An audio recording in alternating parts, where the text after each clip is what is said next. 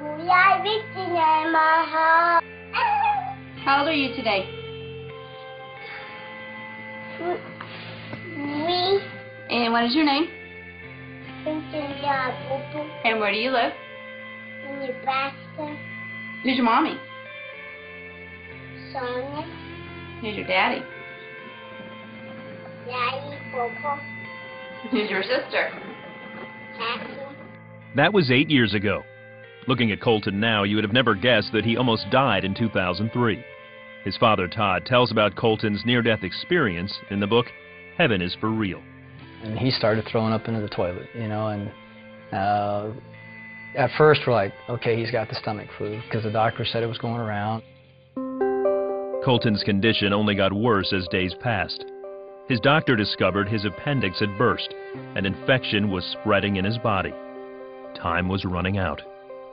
Then we knew we were in bad shape when they said, well, you need to come out to the hallway. They separated us from everyone else, and then someone came to us and started talking to us that we got to have surgery on your kid.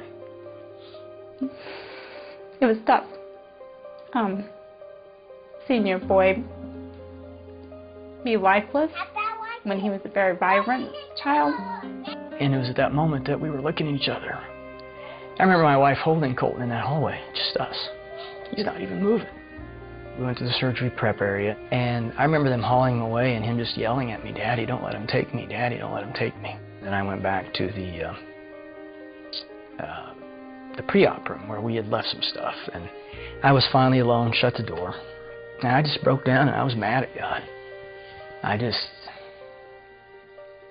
frustrated, fed up. And I remember telling him, I said, God, after all I've done for you, and now you're going to take my kid? This is how you treat your pastors? And I was calling our prayer chain. I was calling anybody that would be on the other line to get Colton on the prayer chain because it was bad. We were there in the waiting room for an hour and a half, maybe. Then I remember the nurse coming out. Is Colton's daddy out here? I'm like, yeah, well, Colton's in recovery and he's screaming for you. And I'm sitting there with him. And I remember my son in that room then looking at me and goes, Dad, do you know I almost died? And my first thought was, maybe overheard the nurse say that, or maybe they thought he was under anesthesia, you know, and he wasn't. But it wasn't till 4 months after we got out of the hospital that we finally listened to our son. And that's where I got to see heaven. No, Jesus and some angels came and flew me up to heaven. And I said, so Colton, what did Jesus look like? I knew that the first person I saw was Jesus. He was wearing white robes with a purple sash, and he just came down nicely and gracefully. Well, Dad, Jesus has markers. Dad, Jesus has markers. I didn't know what he meant, so I finally asked the right question. Colton, where are Jesus' markers? And he drops his toys down, he stands up, and he just points, Dad, they were right here. He takes his fingers, points to the palms, then he bends over and touches the tops of his feet and looks up to me. That's where Jesus' markers were, Dad. Then one day we're traveling together, and he looks up at me and, Dad, you used to have a grandpa named Pop, didn't you? I'm like, yeah, he's really nice. Really? Yeah, you used to play with him as a kid and work with him on the farm and shoot stuff with him. I'm like, yeah, how do you know that? Well, he told me.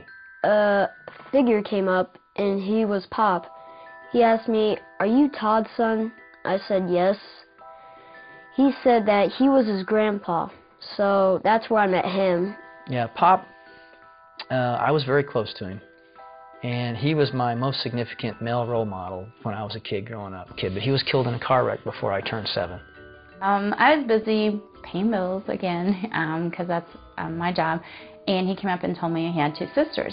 Well, he had to say it several times before he finally got my attention, and finally I put myself down and looked at him and says, what do you mean you have 2 sisters? No, I have 2 sisters. You had a baby die in your tummy.